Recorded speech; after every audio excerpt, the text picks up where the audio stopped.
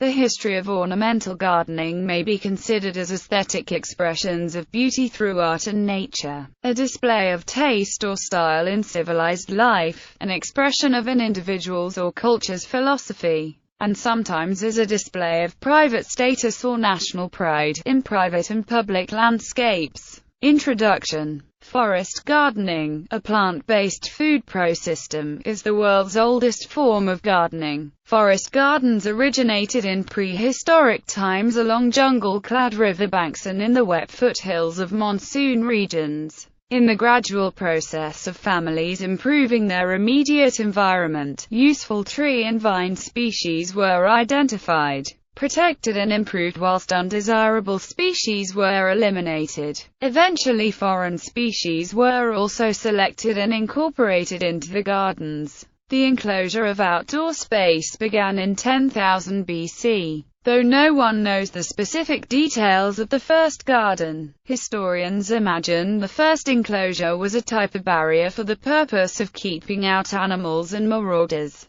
Garden making and design was a key precursor to landscape architecture, and it began in West Asia, eventually spreading westward into Greece, Spain, Germany, France, Britain, etc. Modern words of garden and yard are descendants of the Old English term geared, which means fence or enclosure. Vitruvius, a Roman author and engineer, wrote the oldest surviving design manual in 27 BC. De Architecture Libri Decem addressed design theory, landscape architecture, engineering, water supply and public projects, such as parks and squares. Vitruvius asserted that firmitas, utilitas and benistis were the main design objectives, and some consider these elements centrally important to quality landscape design. After the emergence of the first civilizations, wealthy individuals began to create gardens for purely aesthetic purposes. Egyptian tomb paintings of the 16th century BC are some of the earliest physical evidence of ornamental horticulture and landscape design. They depict lotus ponds surrounded by symmetrical rows of acacias and palms. Another ancient gardening tradition is of Persia. Darius the Great was said to have had a paradise garden, and the hanging gardens of Babylon were renowned as a wonder of the world. Persian gardens were also organized symmetrically, along a center line known as an axis. Persian influences extended to post-Alexander's Greece. Around 350 BC there were gardens at the Academy of Athens, and Theophrastus, who wrote on botany, was supposed to have inherited her garden from Aristotle. Epicurus also had a garden where he walked and taught, and bequeathed it to Hermarchus of Mytilene. Alciphron also mentions private gardens. The most influential ancient gardens in the Western world were the Ptolemies' gardens at Alexandria and the gardening tradition brought to Rome by Lucullus.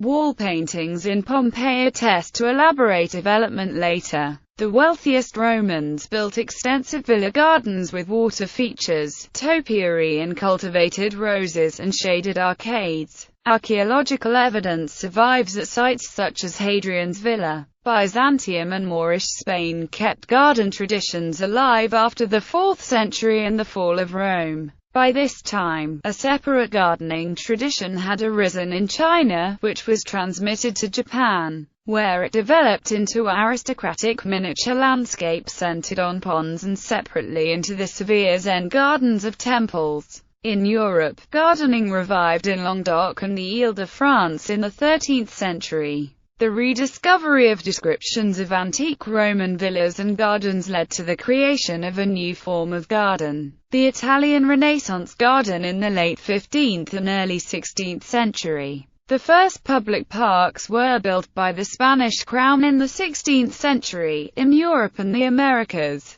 The formal garden à la Française, exemplified by the gardens of Versailles, became the dominant style of garden in Europe until the middle of the 18th century, when it was replaced by the English landscape garden and the French landscape garden. The 19th century saw a welter of historical revivals and romantic cottage-inspired gardening. In England, William Robinson and Gertrude Jekyll were strong proponents of the wild garden and the perennial garden respectively. Andrew Jackson Downing and Frederick Law Olmsted adapted European styles for North America, especially influencing public parks, campuses and suburban landscapes. Olmsted's influence extended well into the 20th century. The 20th century saw the influence of modernism in the garden. From the articulate clarity of Thomas Church to the bold colors and forms of Brazilian Roberto Burle Marx, a strong environmental consciousness and sustainable design practices, such as green roofs and rainwater harvesting, are driving new considerations in gardening today.